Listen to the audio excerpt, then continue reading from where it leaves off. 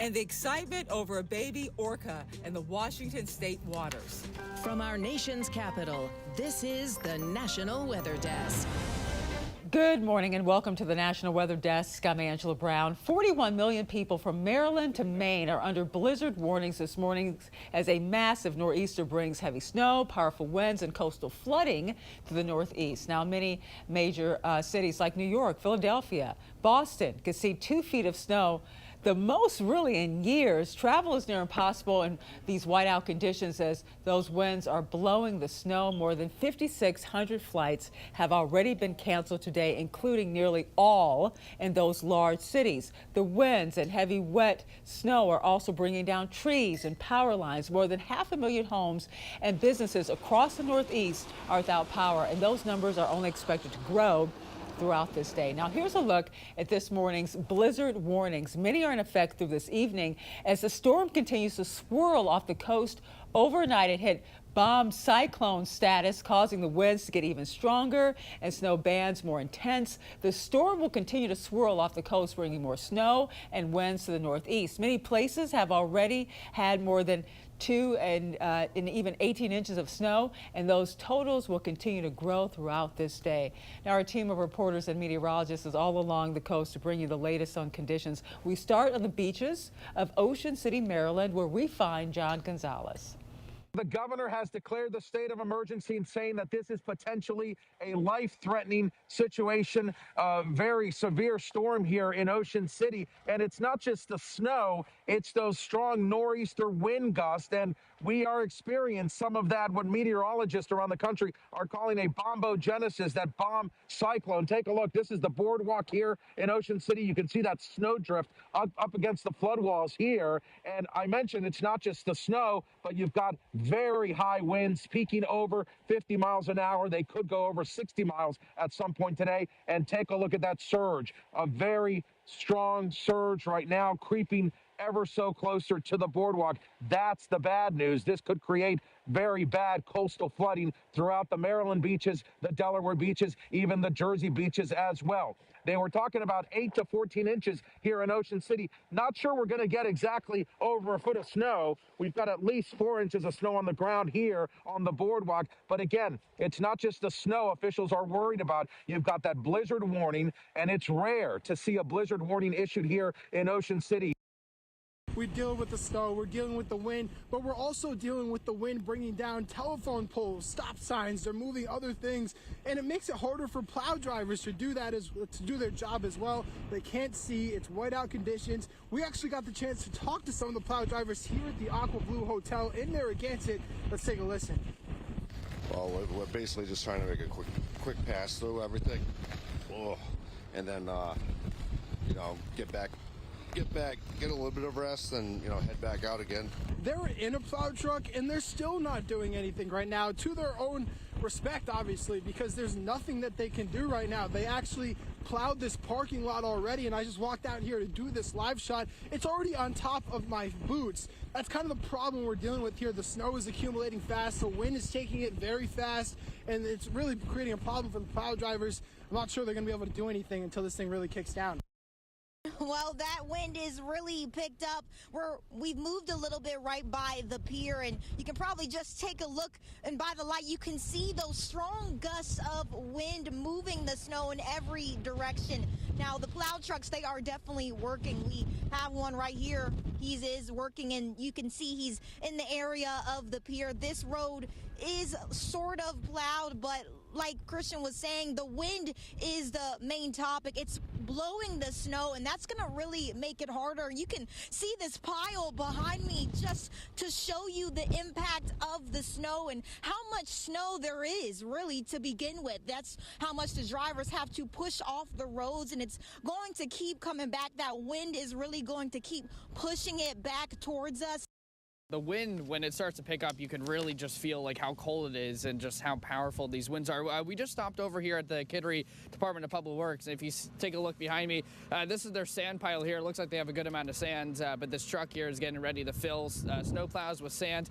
As we go throughout the morning, you can definitely notice that the snow here is just starting to fall harder and harder. And again, that wind, you can definitely feel it. It's definitely starting to pick up here in Kittery. Well, as we mentioned, the storm became a bomb cyclone overnight. While that sounds scary, it's actually a meteorological term with a very specific meaning. Meteorologist Emily Gracie explains. It's a weather term that sounds like it's straight out of an action movie, bombogenesis.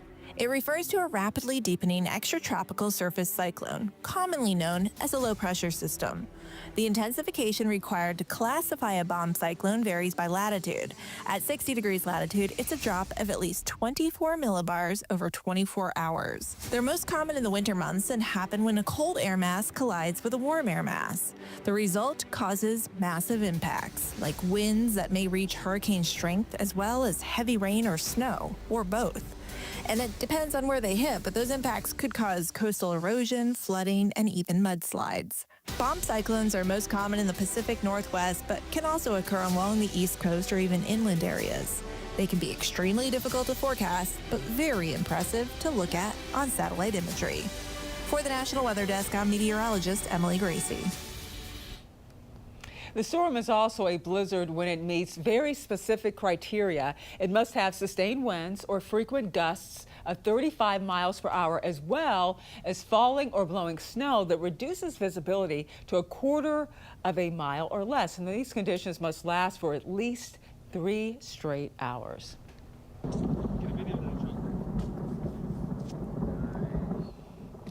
Well, that's the sound of an avalanche in California's Yosemite National Park. It happened on Friday, one day after the park was closed due to heavy snow and also fallen trees. The park has since reopened. No one was injured after 2 recent avalanche deaths in Utah. Questions are now resurfacing about the best ways to keep drivers safe along 2 of Utah's most avalanche-prone roadways. They are a critical connection to some of the state's most popular skiing. Brian Will takes us into the Utah mountains. Over 10,000 vehicles pass through these canyons every day. Big cottonwood's usually easier to get up and down. Little can be challenging. There's 64 different slide paths along Little Cottonwood Canyon alone. That makes SR 210 one of the most challenging in terms of avalanche control work in the world. In a rare move, the Utah Department of Transportation has only had to close Little Cottonwood Canyon once this winter for avalanche control. That was this week after the most recent storm. How has avalanche control changed over the years, and has it gotten better? I think it has gotten better. We're still using the howitzer in those places where it makes sense, but we've been able to replace the howitzer where you're firing the live artillery over buildings. We've been able to replace that in a lot of areas with the towers. In the last few years, they've installed 28 avalanche mitigation towers like this one, instead of firing live rounds over the town of Alta. Now the howitzer is based out of Snowbird and is used mostly for mid to lower canyon. These avalanches are going to happen. We want them to happen when the road is closed and there's not live traffic moving through there. UDOT has an entire team that monitors these canyons year-round, while drivers are just looking for the most efficient and safest route through these areas. And check out the satellite image of today's blizzard. Those white flashes you see are lightning in the middle, look at that, of the storm. Lightning is rare in the winter when air is typically dry and stable, but heavy snowfall rates can create instability, allowing lightning and thunder to develop. This is exactly what happens when you hear people talking about thunder snow. And coming up on our show, the National Weather Desk, we'll look at how drought conditions are impacting Florida bee populations, and we'll help you better understand why the freeze-thaw cycle can lead to trouble on our roads.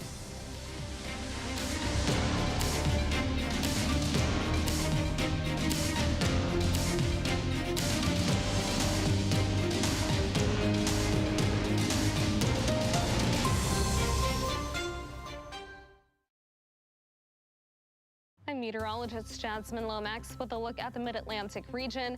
As we head throughout the day, a nor'easter will continue to move up the coast. For most, snow starts to clear. It'll just be along coastal areas up into New England. Some isolated snow showers possible, but most of that tapers by Tuesday morning and will stay dry through the middle of the week. Temperatures will rise to the 20s, 30s, and 40s around the region. Overnight, temperatures drop to the teens and 20s. I'm meteorologist Charlotte Carl. It is going to be a chilly day across most of the southeast. We are expecting highs today to hardly get above freezing. In Asheville, we're going to be just above freezing in parts of North Carolina, South Carolina along that I-20 corridor. We're in the lower 40s, 50s and 60s for the Florida Peninsula and the Gulf Coast. We are going to see just a few flurries in the mountains through your Monday in the daytime. We are going to see some cloud cover clearing from the coastline. Besides that, conditions remain dry and clear across the southeast.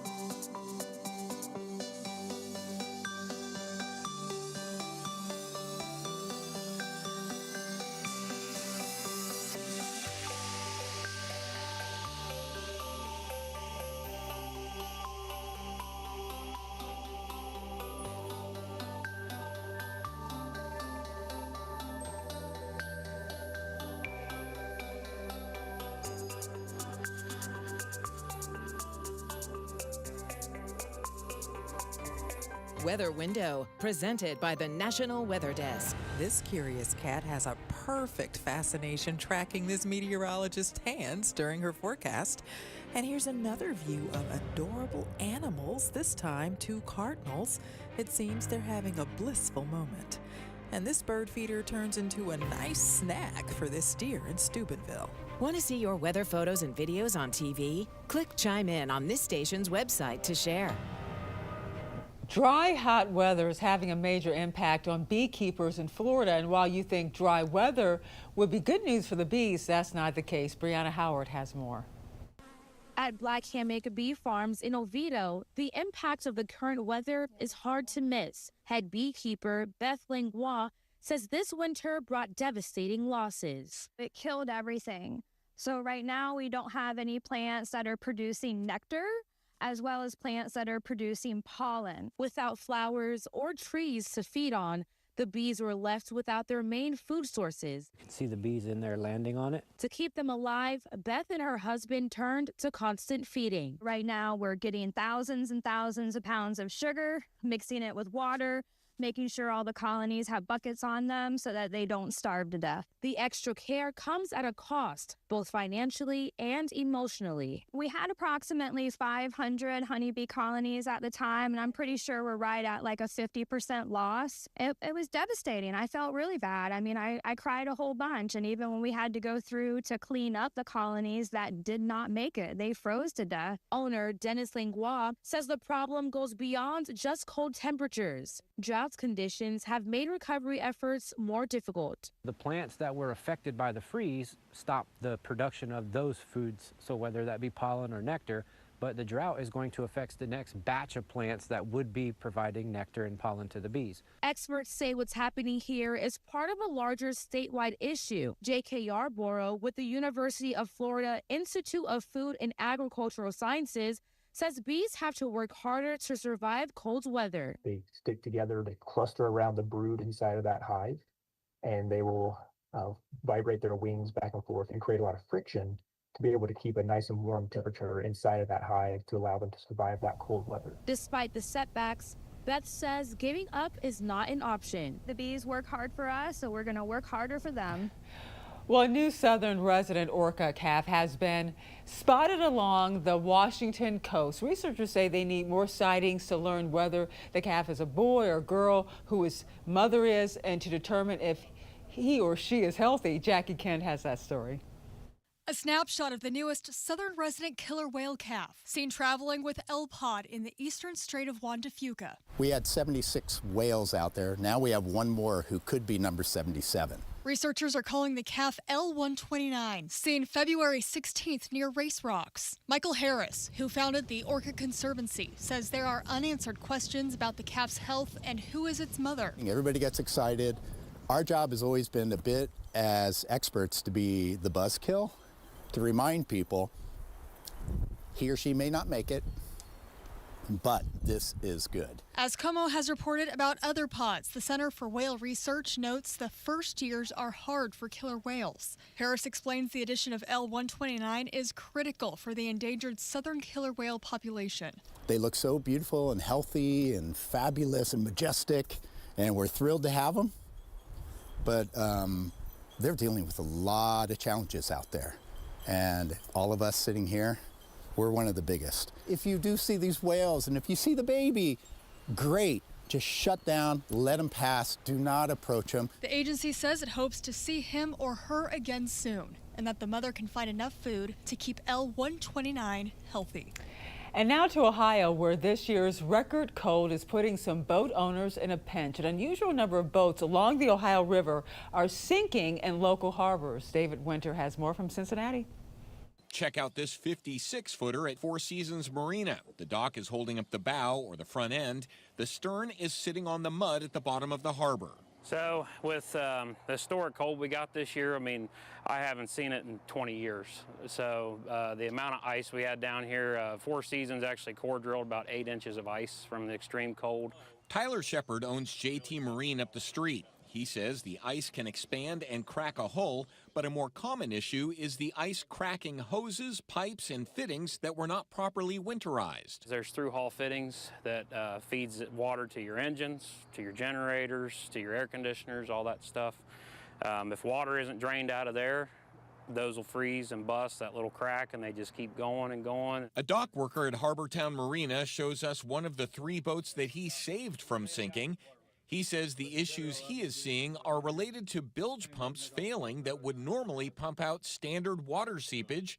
Ice is freezing switches in the off position, or power fails to heaters or batteries. With your house, if you bust a line, you can find a leak, you can shut that main off to your house and stop the water leak. Well, your boat is in the water, so you constantly have water, wanting to get in, and those fittings, so your water line is here, well, your fitting is way down here, so you've got all that water pressure that's pushing that water right through those fittings, and that's it. So and down you go. And when severe weather is a threat, you may often hear safety advice from people who live for people who live in homes or mobile homes. What about those folks who are living in these high-rise apartments? Columbus meteorologist Phil Kelly has those tips. What if you're in one of these high rises? Well, first of all, what you want to do is get to the lowest floor. Just like any kind of home, you want to get down there maybe into your laundry room, a garage that sits under the apartment, anything that's going to keep you away from any kind of glass.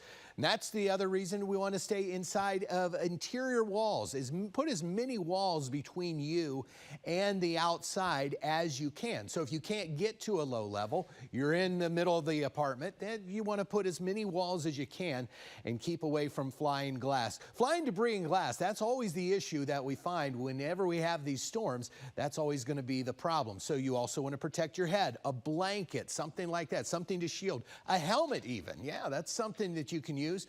May look a little silly, but if it's going to protect your head, that's going to be the important thing. Important thing is always to be prepared. That's what we always try to do. We want to prepare you. We don't want to scare you. What do you need in your severe weather kit? Maybe an air horn, maybe you have a whistle, some sort of noisemaker, because if you're buried under debris, you need to have some way to signal people. Batteries, boots or shoes, something that if you are walking out and there's glass or all kind of debris, you're not walking over it under bare feet. A cell phone, a basic first aid kit, a flashlight, some food, some water. There's that helmet again, something to protect your head, and definitely a weather radio. A way for you to stay prepared for the storm and not scared, so that you can survive anything and be ready to handle these storms. And time now for a short break, but first we take in summer views over California's Yosemite National Park.